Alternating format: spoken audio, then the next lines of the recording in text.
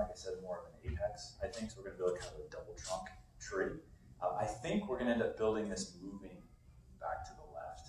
Not 100% sure yet. We could go either direction with it, but usually if you've got a secondary trunk, that's usually the indicator of the directionality of the tree. And the only way I can make this work is if I make sure I bring the apex up and around to go the same direction as this trunk here. So I'm going to set it flat to make it easier for myself, and I'll show you as I go through here what it looks like. Now, when it comes to bending ponderosas, we can get pretty aggressive with these guys. And like I said, they're kind of like Gumby. One thing to keep in mind, though, is when you're doing a heavy bend on a tree, doesn't matter what it is, you want to make sure that you're not just bending the branch and creating a compression side and a tensile side to the branch. You want to distribute the energy or the tension down the branch by twisting the branch as you bend it, right? So this branch here, this was an easy bend here, but this one here, I'm afraid I'm going to snap the end of it. So I'm going to twist the branch backwards a little bit while I bend it this way, and that'll stretch that tension down the branch. So again, we're not just creating compression side and tensile side here. Do you break branches very often? Oh, yeah. All the time. As an expert, I'm sure I would. All the time. So it depends on the species of pine. Like I said, limber pines, they give you no indication that they're going to snap, and they usually just snap completely apart. Ponderosa pines and most other pines, you can usually start feeling a little bit of a tearing going on in the branch before it snaps. And even if it does snap, it usually doesn't snap all the way through. It'll be one side, it'll be the tensile side of the branch, the outside of the branch that snaps. And as long as the interior is still intact, as long as you leave that branch alone and don't move it again, maybe put some cut paste on it, usually that branch will survive. Depends on how severe the break was, but typically it'll still survive. Is it better to twist the branch as you're putting the wire on, so that when you twist it, you're not loosening or tightening the wire?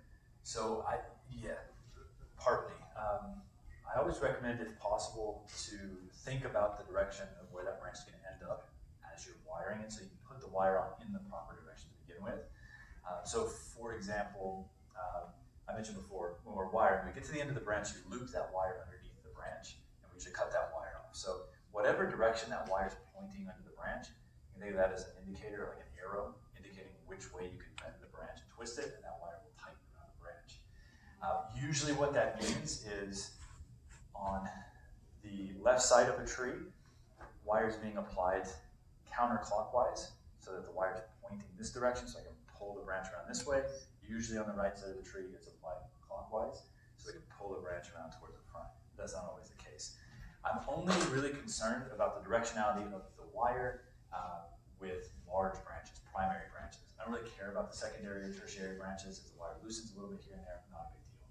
But with the primary branches, I want as tight of a connection as possible. So I'm always thinking about that ahead of time.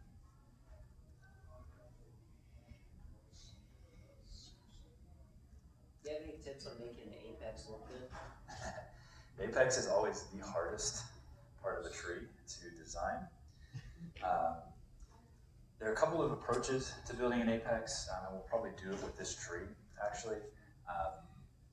When you're dealing with a tree that is not very well ramified, right, it's kind of a new tree that you're working with, doesn't have a lot of fine branching to work with, one of the easiest ways to create a good-looking apex is to take what is the current apex of the tree, the terminal end here, lay it down so that that becomes a side lateral branch, and all of the side lateral branches that were down here now can be built out into a new apex. It's the easiest way to make it look pretty good, and then you can build ramification off of that.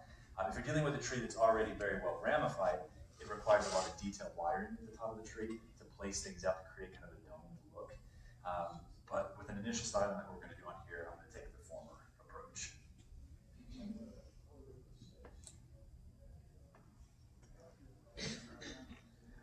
So it's always hard, really, to make ponderosas look super refined,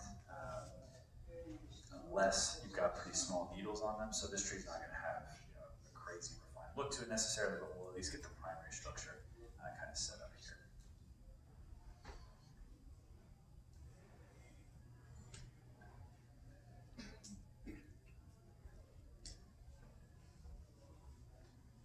That depending on the size of the tree, the species of tree, that will dictate how flat I make the undersides of the pads versus how lifted I make them.